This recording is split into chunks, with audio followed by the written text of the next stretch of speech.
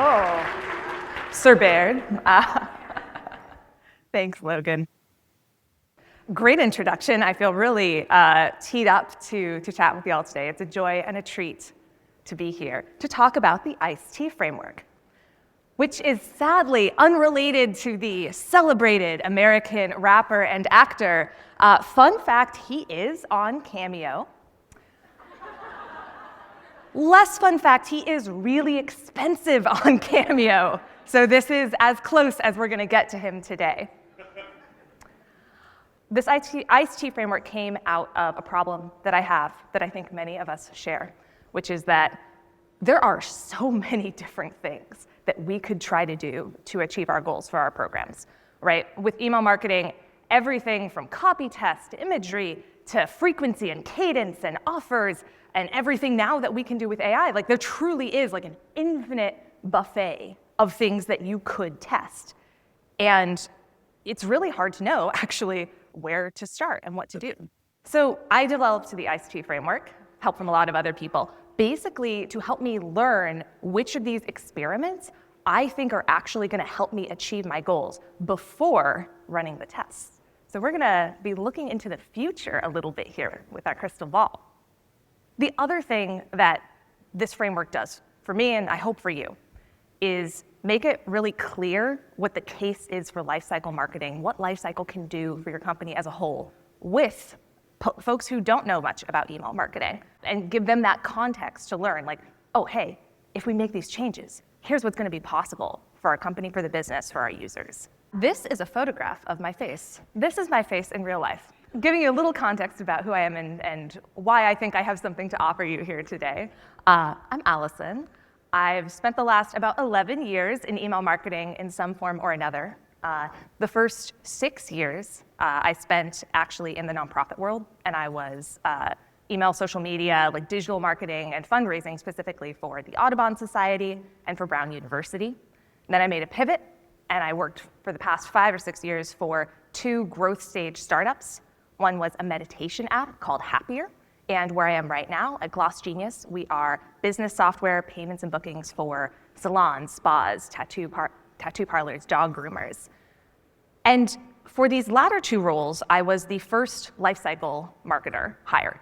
And so I had to really help the other people at my company understand, like, what does lifecycle do, and why does it matter, and why should we resource this?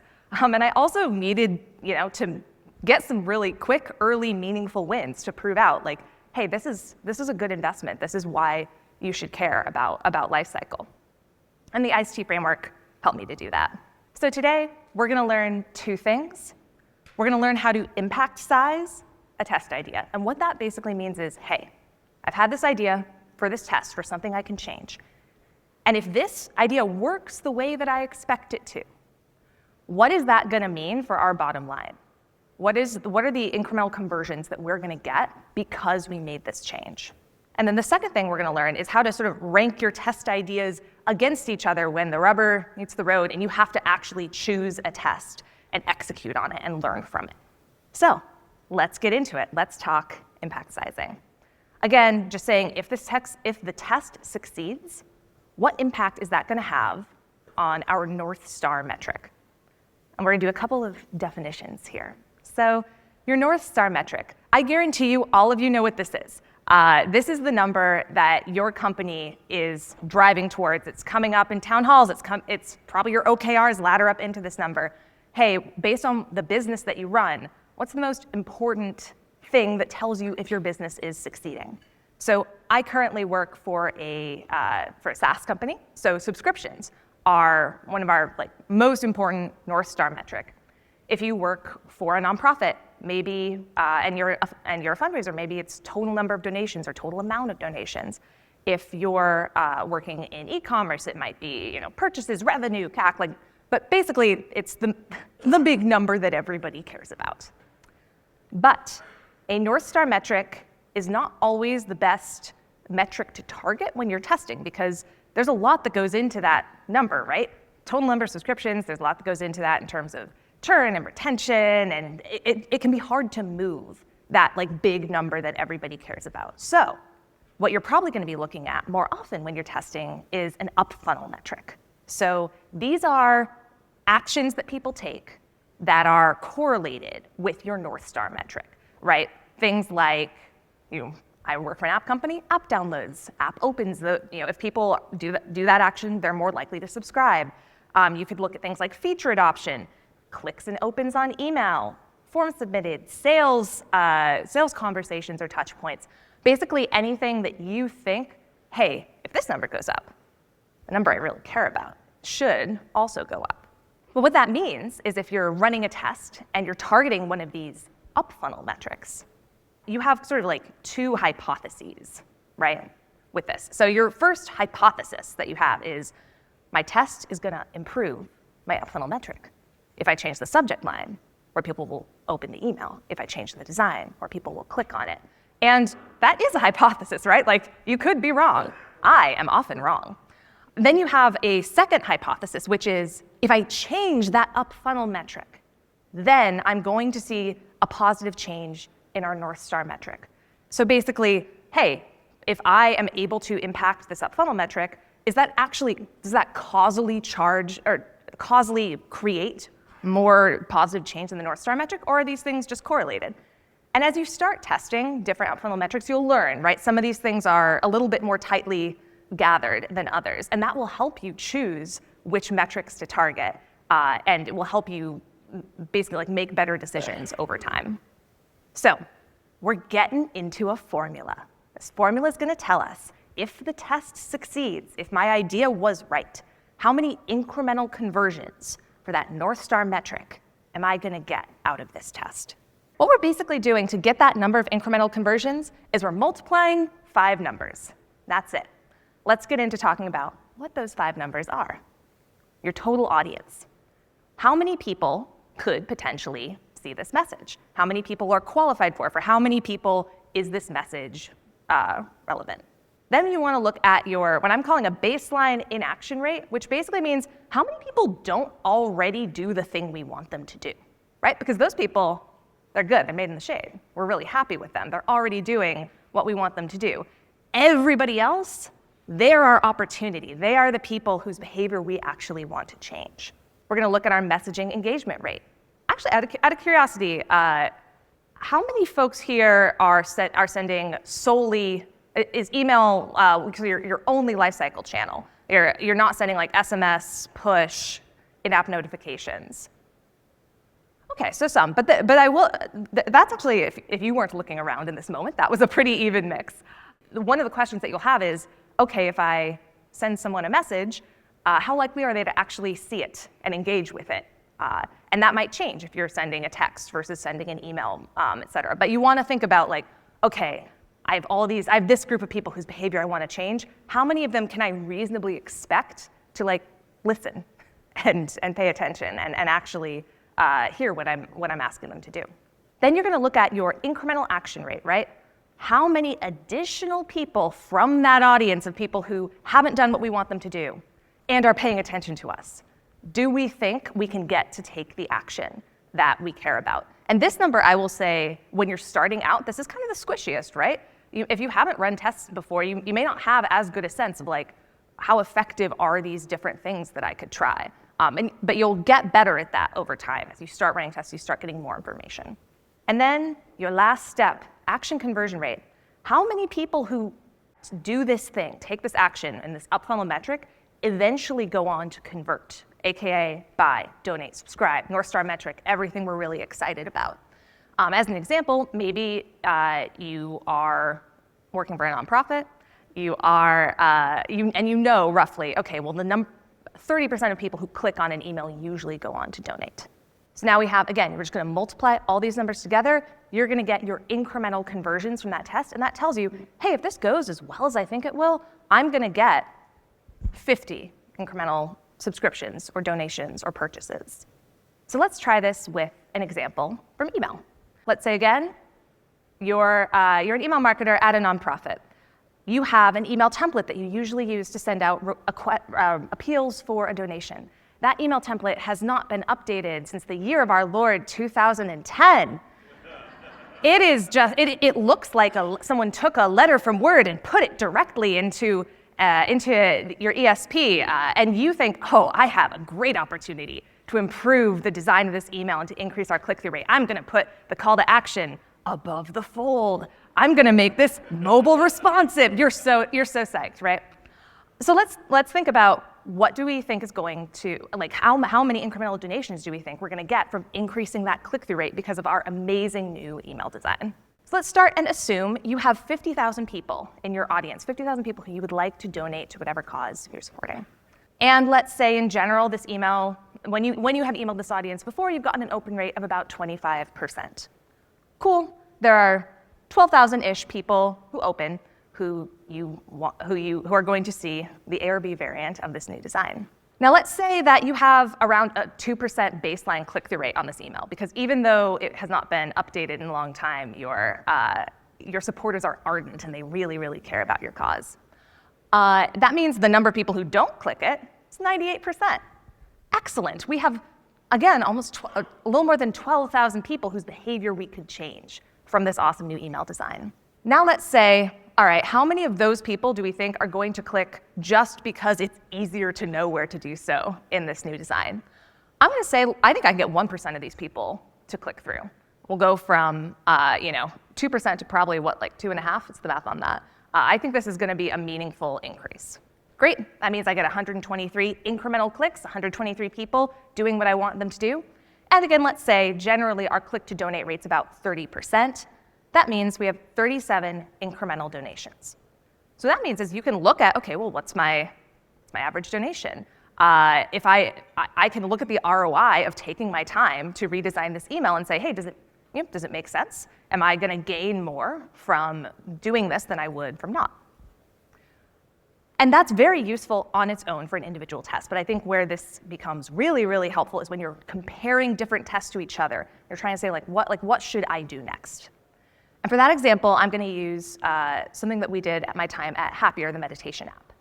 So at Happier, we basically had a lot of folks signing up for a free trial of our meditation app on web. But it was an app. You couldn't really play any of the meditations or learn anything or do anything unless you had downloaded the app and were engaging with it, right? And we had a welcome email that had, a decent open rate, usually 40-ish%. People cared about it, engaged with it. One of our questions was, okay, there are a few different actions that people take that will lead them to get value out of this meditation app and therefore subscribe. They have to open the app. They have to play a meditation. There were a few other things that I'm not going to talk about right now because I picked these two. We had a couple of hypotheses. One of them was, hey, let's make this as easy as possible for people. Let's just focus on getting them to open the app. We're going to change the first email. We're going to have the App Store download button real big. We're going to make it just as simple as possible for them to take that first step in their journey. But we had another idea. Why don't we create an email that reminds them a little bit more about why they want to meditate and why they think we are going to help them learn how to do this very difficult thing. And so we had this thought we can create a personalized meditation suggestion for them, and we can try to get them to go play that personalized meditation suggestion. And we think that might cause people to engage more, remember the value of what we're trying to help them do, and lead them to subsequently subscribe. So let's go ahead and start kicking around the ICT framework on these two test ideas, and we can compare them. Let's say we get 10,000 new folks signing up for a free trial on the web every week. And let's say that, in general, 50% of these people will go on to open the app. That means we have 5,000 people who don't open the app, potential for behavior change. Let's say we generally have about 40% of folks opening this email. That means there are 2,000 people in our addressable audience. Haven't done what we want, paying attention to us. Perfect. Let's say I think we can get 10% of those people to open the app. Opening an app, it's not the hardest thing in the world. That means we get 200 folks opening the app who wouldn't have done so otherwise. If you open the app, or about 15% of people who open the app will go on to subscribe. Great. So we have 30 incremental subscriptions. If this test goes as well as we think it will, if I'm right, we should expect to get 30 more subscriptions a week. Now, let's compare our next test. The baseline rate for here, we still have 10,000 people per week, but fewer people play a meditation at a baseline than open the app, only 25%. So that means we have a larger group of people who aren't doing the thing that we think is going to be best for them. We still have the same open rate, 40%. That means we have 3,000 people in this addressable audience. Let's say I think that playing a meditation is harder than opening an app, because it is, or at least playing it's not hard, doing it pretty hard. So I think that I'm giving us a little bit of a haircut on that action rate. I think it's going to be a little bit more tough. But that means we have 150 people who played a meditation who wouldn't have done so otherwise. And now let's say if you play a meditation, you're more likely to subscribe. 60% of people who play a meditation go on to subscribe.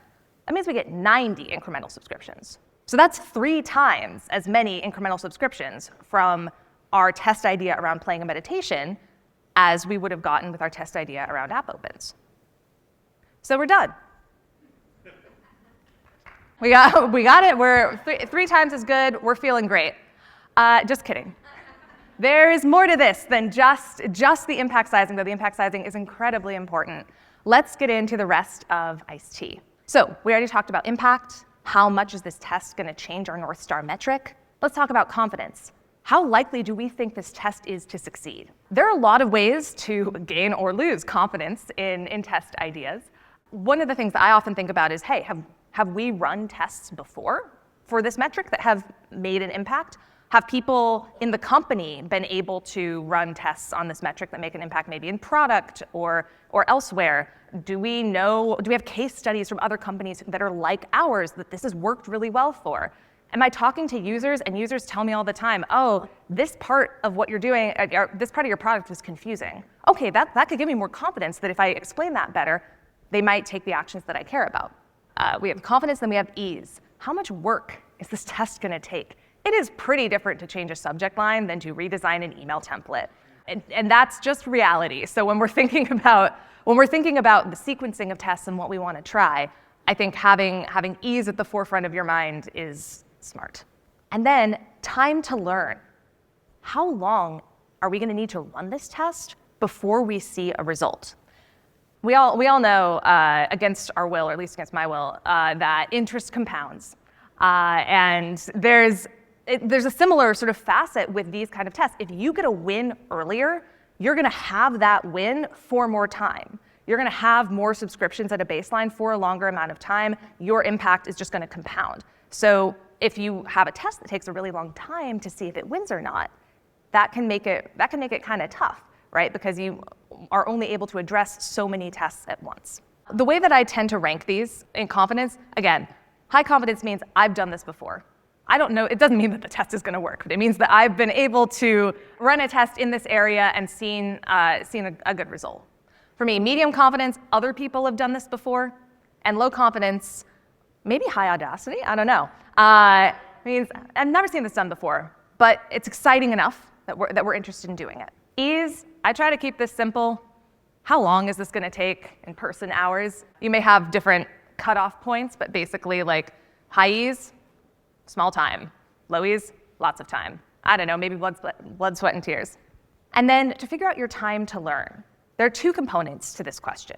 How many users do you need in a test to figure out if it worked or not?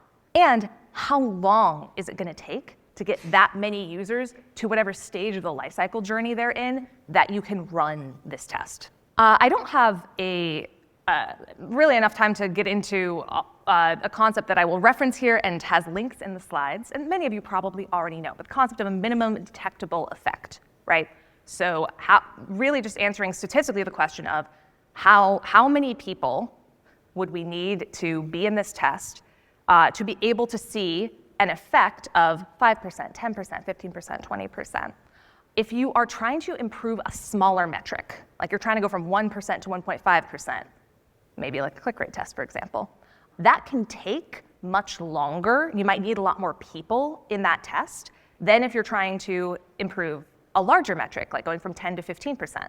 That's the same relative improvement, right? That's still just 50% more, but it will take an exponentially longer amount of time if your metric is smaller. I reference that just to say that's something that when you get into calculating your minimum detectable effect will come up and will affect which metrics you choose to work with. Again, there will be links later.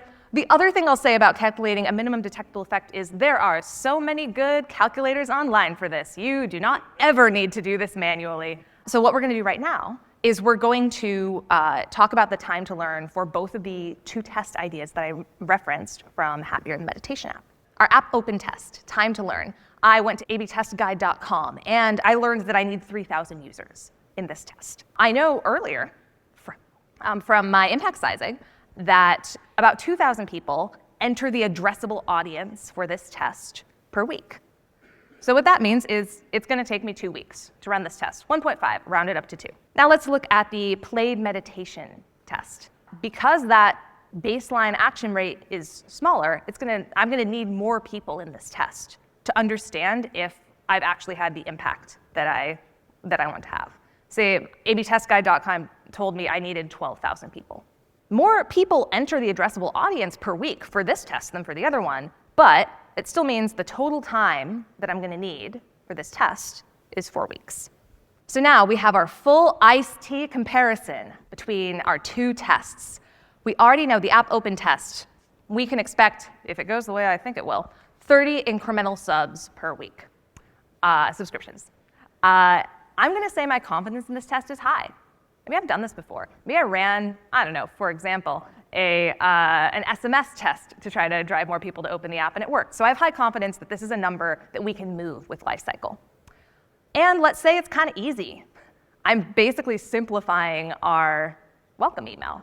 I'm making it all about opening the app. I don't think that's going to take very long. And it will take me about 2 weeks to learn if my change actually made a difference.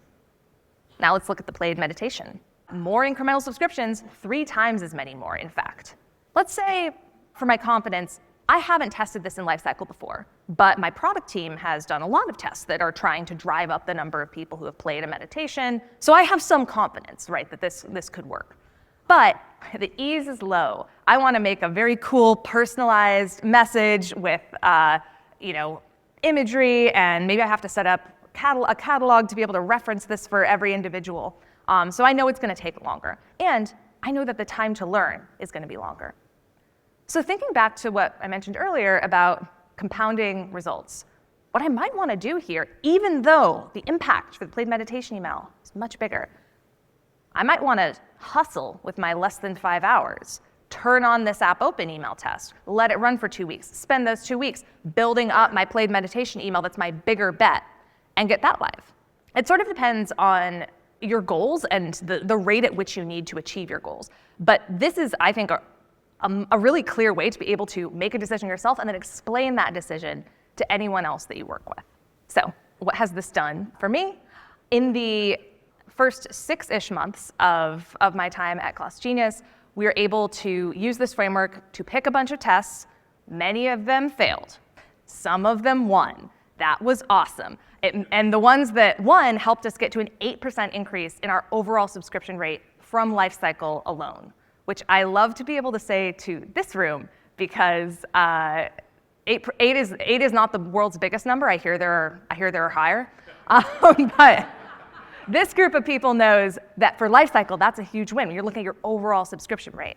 What this also helped me to do before we had this win was make the case to other folks at the company to get prioritized on, I needed support from my eng team, I needed some support from my product team to make all of these tests happen. And because I was able to go to them and say, hey, I have this test idea, and I think it could give us an incremental 90, 100 subscriptions a week. That's the same language that the product team uses to prioritize their tests. So they were easily able to understand, like, oh, here's why this matters. Here's why we should care about what this new person has to say.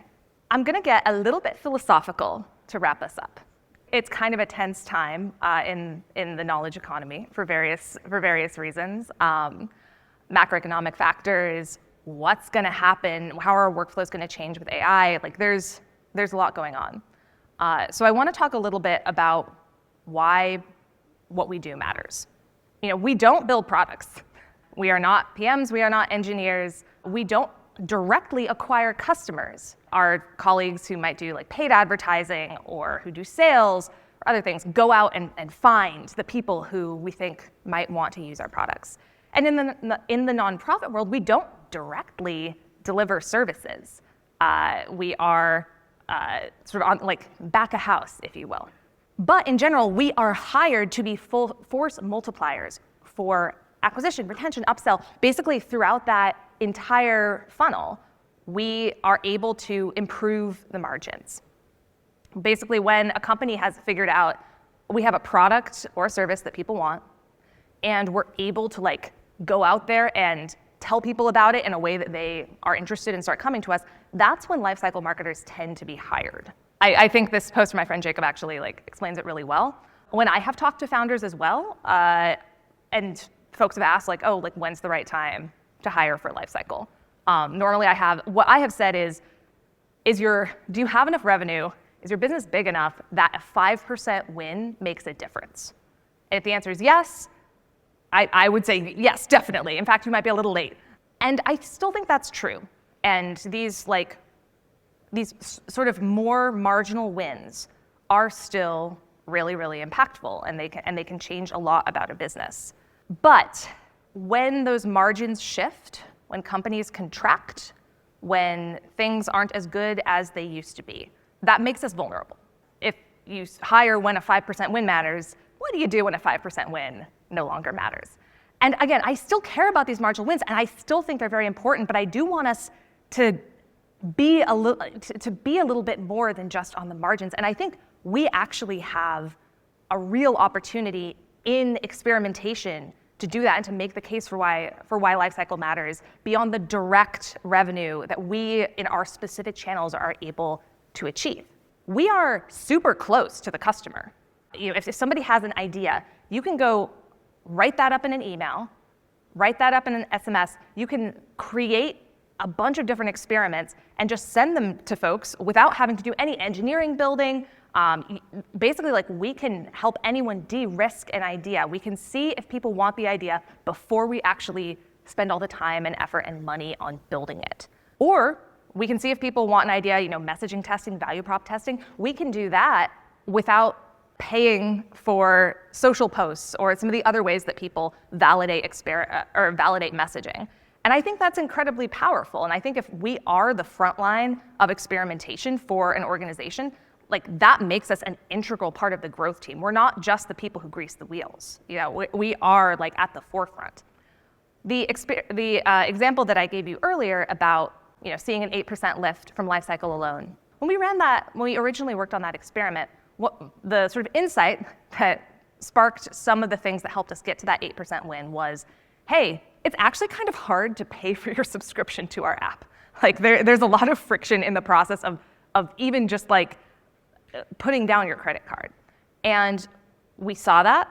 We started testing it with Lifecycle. We saw some big wins. And then I turned around and went to my product team and I said, hey guys, like if we're able to get an 8% win in Lifecycle, if you go and redo all these flows and you rethink this and you put in the product and engineering effort to make this better, I bet we could get an even bigger win.